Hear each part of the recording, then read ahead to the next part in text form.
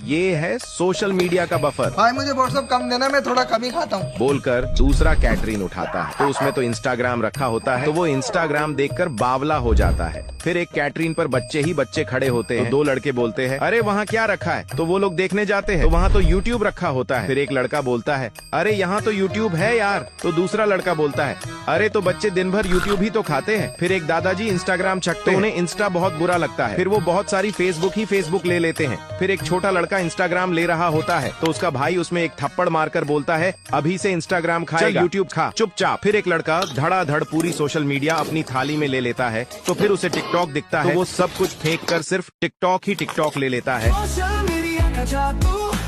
फिर वही टिकटॉक खाकर उस लड़के में टिकटॉक का भूत आ जाता है।